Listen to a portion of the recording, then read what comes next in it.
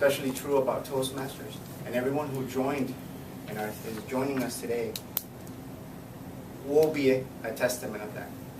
20 years from now, you will be more content with how you've accomplished. Delia, a distinguished Toastmaster, just showed us this morning how she was able to jump in and carry our distinguished our elections, but she was fantastic.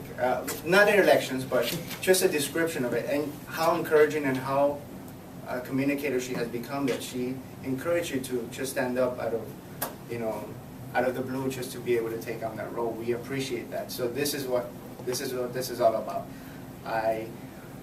Having said that, and because life is not linear, but instead, if we focus and we look at the end, as we're approaching our goal, things in life will carry us in different ways. Our next speaker for this morning is somebody who originally started, and her goal in mind was to become and study medicine. But through her life and different decisions, her focus changed. Her focus changed dramatically to something that she really enjoyed. Here to give us our first speech and here to do our icebreaker, we have a special and a member that just joined us, and she's ready to take on the role and let us know how she was able to dissect her way through life. Please help me welcome Jennifer Godinez. Speech number 1. Good. Good morning.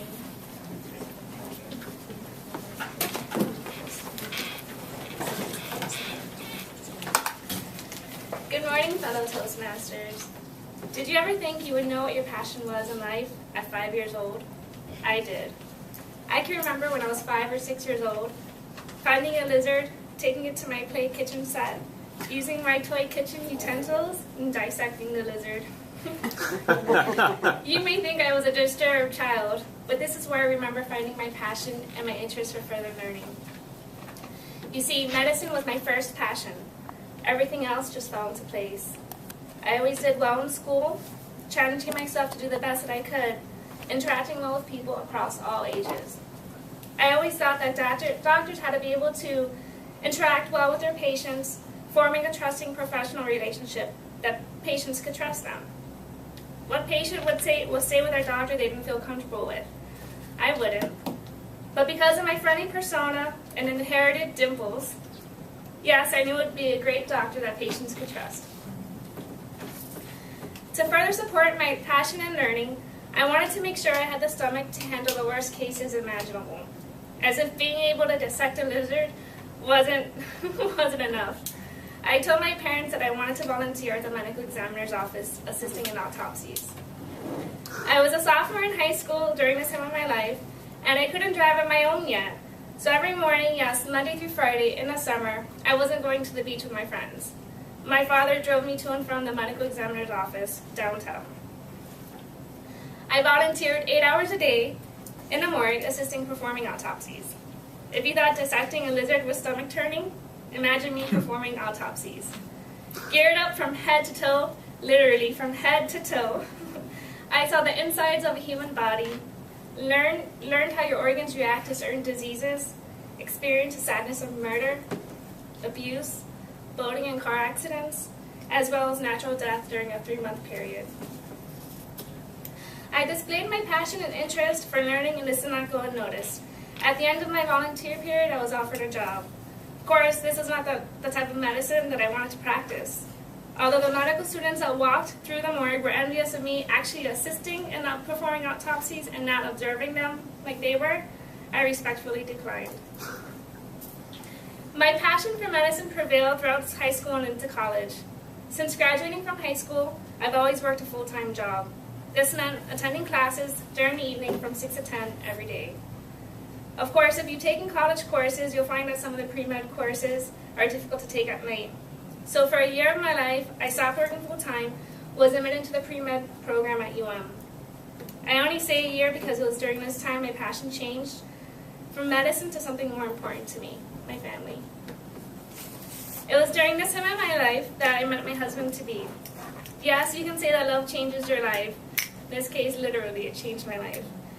Being older than me and having 2 young children of his own from his first marriage, it quickly became very difficult to be able to dedicate the time I needed to study, to excel in my classes, so I made a choice. I chose my new family over my lifelong passion.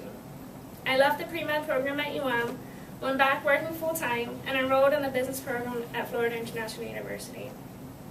I quickly finished my undergrad degree in business, followed by my graduate degree at Nova, focused on my family and my business career. Excelling in school, being business savvy, and being able to interact well with people across all ages has prepped me for a successful career in human resources. While my passion for helping others also had to do a little with my career choice. In addition to managing a professional career, I've added to my family throughout the years. I have 2 beautiful children, a 3-year-old son and a 5-year-old daughter, which have brought me not only along many challenges, but many joyful moments. They drive me crazy at times where I want to pull my hair out, sometimes theirs, but they also complete me in many ways that nothing else could. My children have given me a stronger passion to further expand and my learning and development so that I can grow in my career. I want to be the role model figure that they can look up to. You see, I didn't only dissect lizards and perform autopsies to fulfill my passion. These are only examples of key points in time. Along with those challenges that those times presented, I've been able to dissect my way to success, happiness, and fulfill my passion for my family. Thank you.